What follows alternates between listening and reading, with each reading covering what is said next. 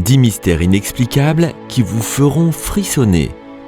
Vous connaissez le sentiment qui entoure la découverte d'un mystère palpitant, qui est ensuite expliqué? La tranquillité d'esprit. Lorsque des événements étranges ont lieu, nous ressentons le besoin pressant de connaître les circonstances et les raisons de leur apparition. Malheureusement, il reste beaucoup de mystères sans explication dans le monde, pour nous tenir éveillés la nuit et nous faire frissonner. Voici notre vidéo des 10 mystères inexplicables qui vous feront frissonner. Nous verrons des personnes qui ont dansé jusqu'à en mourir et des personnes vivantes et mortes non identifiées. Numéro 10. Le vol 370 de la Malaysia Airlines. Le vol 370 de Malaysia Airlines était un vol commercial avec 239 passagers reliant Kuala Lumpur à Beijing.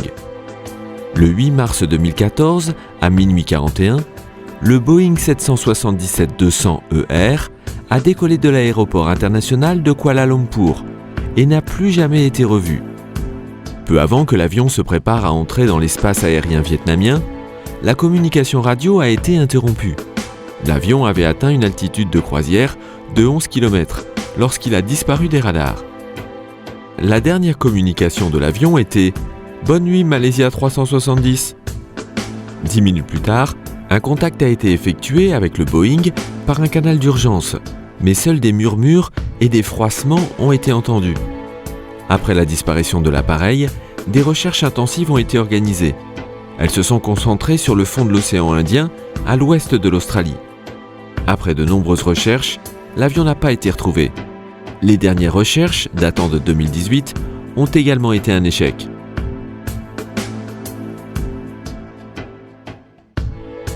Numéro 9. L'épidémie dansante. En juillet 1518, une femme dénommée Madame Trophéa a commencé à danser avec ferveur en public dans les rues du centre de Strasbourg. Aucune musique ne rythmait ses pas et son visage ne montrait pas l'expression de plaisir habituelle qu'une personne ordinaire a lorsqu'elle danse. La femme ne semblait pas être capable de mettre un terme à sa danse folle. Était-elle possédée par un démon ou droguée? L'épidémie dansante s'est immédiatement propagée après la performance de Madame Trophéa. À la fin de la semaine, la femme était accompagnée d'une trentaine de personnes qui dansaient jour et nuit. Toutes ces personnes ont continué de danser. Un mois plus tard, le total des danseurs fous avoisinait les 400 personnes. Cette folie dansante a fait des victimes. Des personnes sont mortes en dansant à cause de la fatigue, de crise cardiaque ou d'un AVC. Les théories vont bon train sur les raisons de cet événement, d'une malédiction de la population locale à la consommation de drogues narcotiques, ou peut-être au rituel d'un culte. L'épidémie dansante reste un mystère.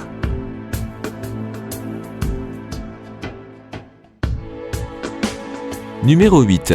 La cité de Paititi.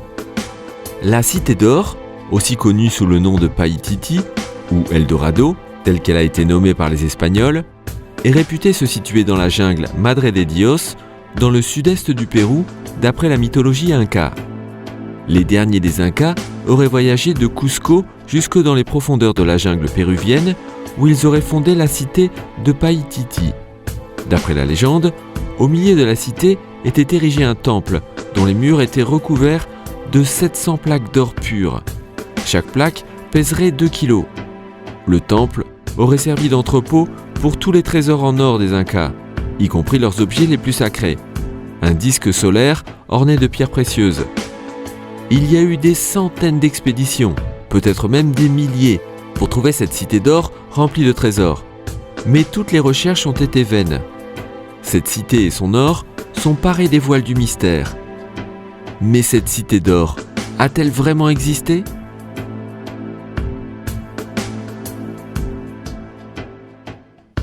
Numéro 7. Les empreintes des sabots du diable. L'affaire la plus célèbre, impliquant le phénomène des empreintes des sabots du diable, a eu lieu en février 1855, quelque part au sud-est du Devon, en Angleterre. Après une forte chute de neige, les habitants des environs ont trouvé une longue piste d'empreintes d'animaux à sabots qui s'étendait sur 65 à 160 km. Certains ont émis l'hypothèse que les empreintes étaient la marque de Satan lui-même, car elles étaient apparues dans des endroits improbables, comme des toits recouverts de neige et des murs vertigineux et étroits. Bien que les traces de ces empreintes prétendument laissées par le diable ne soient visibles nulle part, l'étrange incident a été largement rapporté par les journaux de l'époque. Voilà un mystère qui est resté un important sujet de discussion, même un siècle après les faits.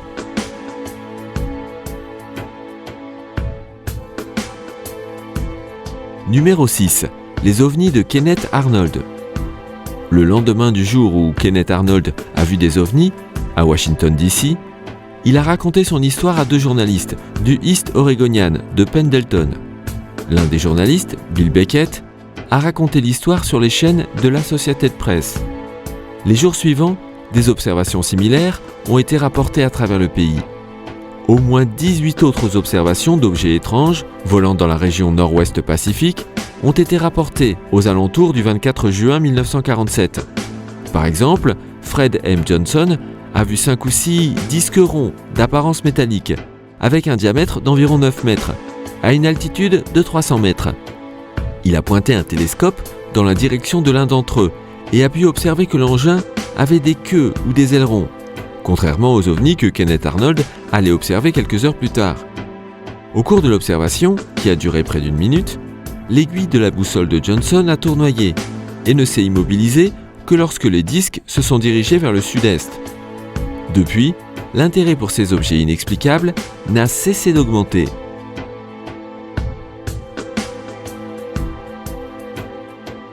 Numéro 5. Lady Babushka. Lady Babushka est l'un des mystères qui entourent l'attaque contre le président américain John Fitzgerald Kennedy en 1963. La femme a été filmée alors qu'elle était elle-même en train de filmer l'intégralité de l'attaque. Malgré des recherches intensives, ni la femme ni son identité n'ont été retrouvées. La femme mystérieuse, vêtue d'un manteau et d'un foulard, à la manière des babouchkas russes, n'a jamais pu être identifiée. La vidéo qu'elle a filmée de l'attaque n'a jamais été retrouvée ni visionnée. Des dizaines d'années après l'attaque, des théoriciens ont spéculé que la femme inconnue était demeurée cachée par peur pour sa sécurité. Pourtant, les images des caméras de l'époque montrent que, contrairement aux autres personnes ayant assisté à l'événement, la femme s'éloigne simplement après l'attaque. Est-elle vraiment innocente ? Nous ne le saurons jamais.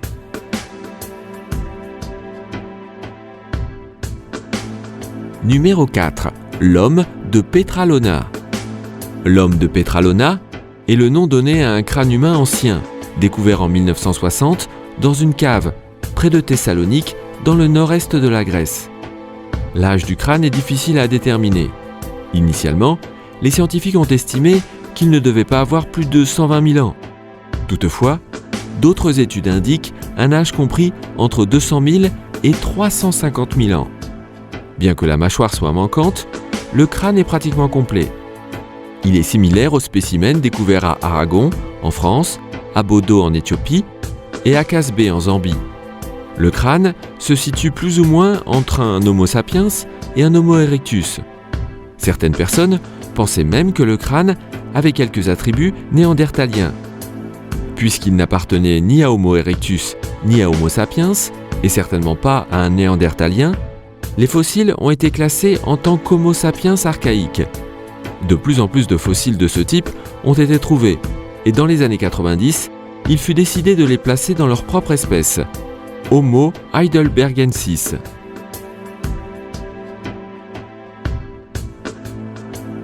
Numéro 2. Le banquier de Dieu. En juin 1982, Roberto Calvi a fourni matière à d'étranges spéculations. Roberto était également appelé le banquier de Dieu, à cause de son association avec le Saint-Siège, une personne morale représentant l'Église catholique à Rome. Le banquier italien était le président de la banque Banco Ambrosiano, lorsque celle-ci a fait faillite. 2 semaines avant l'incident, Roberto a écrit une lettre au pape Jean-Paul II dans laquelle il affirmait qu'un événement à venir allait certainement causer un désastre d'une magnitude inimaginable, avec l'Église comme plus grande victime. Selon les théories du complot, la mort de Roberto Calvi serait imputable au Vatican ou à un de ses membres. La veille de la découverte de son corps Son titre de président de la banque lui avait été retiré. Son corps a été retrouvé pendu sous le pont Blackfriars Bridge à Londres. Depuis 2007, 5 personnes ont été jugées et acquittées dans cette affaire.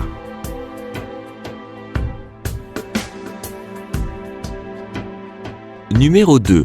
L'affaire du col Dyatlov. Au fin fond de l'hiver, un groupe d'étudiants prend la direction des montagnes de l'Oural.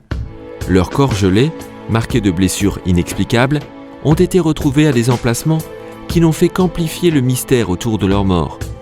L'étrange événement a eu lieu en 1959, dans le nord de l'Oural, en Union soviétique. Leurs corps ont été retrouvés sur la montagne appelée Kholat Syakhl, ce qui signifie, d'après les sources russes, « montagne morte ». Ayant été détournés par une tempête de neige, les jeunes ont établi un campement le 2 février sur le côté est de la montagne. Les 9 personnes du groupe sont mortes cette nuit-là. Les skieurs se sont probablement enfuis de leur tente à la hâte parce qu'ils ont été retrouvés sans manteau. 6 personnes du groupe sont mortes d'hypothermie. Une autre a été retrouvée sans langue ni œil. 2 autres avaient des fractures à la poitrine. Et la dernière avait le crâne gravement fracturé. Les cadavres ont été trouvés à plus d'1 kilomètre du camp.